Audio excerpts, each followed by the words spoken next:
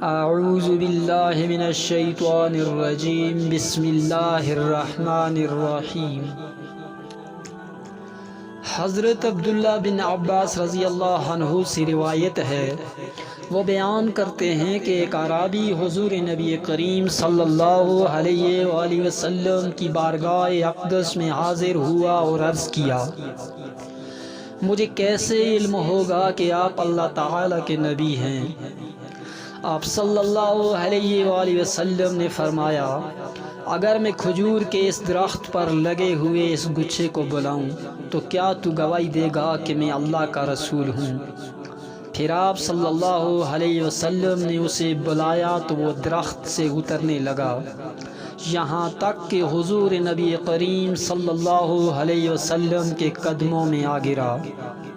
پھر آپ صلی اللہ علیہ وسلم نے اسے فرمایا، واپس چلے جاؤ، تو وہ واپس چلا گیا۔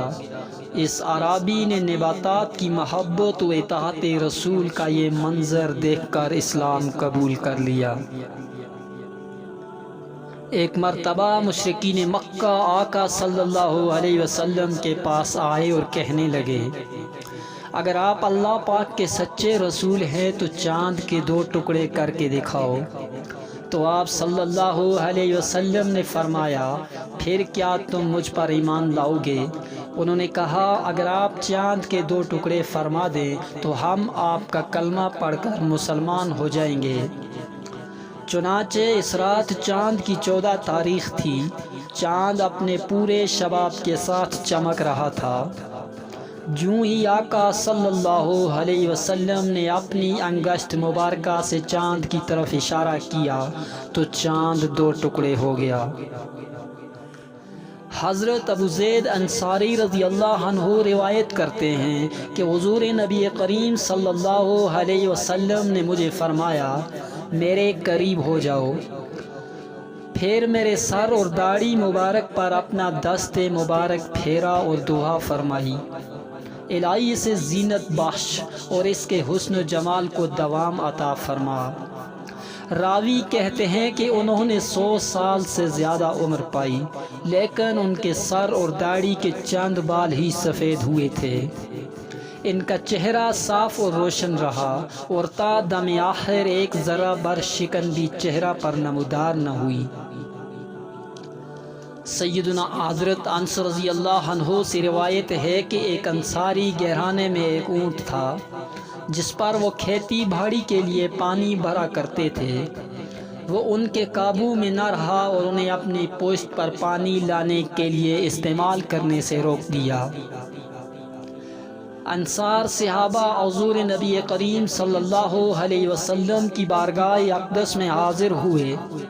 آقا صلی اللہ علیہ وسلم کی بارگاہ میں عرض کیا، یا رسول اللہ صلی اللہ علیہ وسلم، ہمارا ایک اونٹ تھا، ہم اس سے کھیتی باڑی کے لیے پانی لینے کا کام لیتے تھے اور وہ ہمارے قابو میں نہیں رہا اور اب وہ خود سے کوئی کام نہیں لینے دیتا۔ ہمارے کھیت کھلیان اور باغ پانی کی قلت کے باعث سوکھ گئے ہیں۔ قربان جاؤں اپنے آقا جناب محمد مصطفیٰ رسول اللہ صلی اللہ علیہ وسلم پر۔ آپ صلی اللہ علیہ وسلم نے صحابہ کرام کو فرمایا، اٹھو۔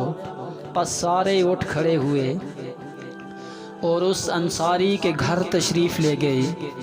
آپ صلی اللہ علیہ وسلم احاطہ میں داخل ہوئے تو اونٹ جو کہ ایک کونے میں تھا، نبی کریم صلی اللہ علیہ وسلم اونٹ کی طرف چل پڑے تو انصار کہنے لگے، یا رسول اللہ صلی اللہ علیہ وسلم، یہ اونٹ کتے کی طرح باولا ہو چکا ہے اور ہمیں اس کی طرف سے آپ پر حملے کا خطرہ ہے۔ حضور نبی کریم صلی اللہ علیہ وسلم نے فرمایا، مجھے اس سے کوئی نقصان نہیں ہوگا۔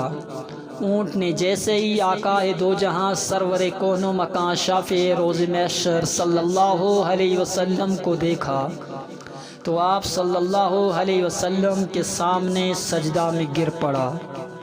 حضور نبی کریم صلی اللہ علیہ وسلم نے اسے پیشانی سے پکڑا اور حسب سابق دوبارہ کام پر لگا دیا۔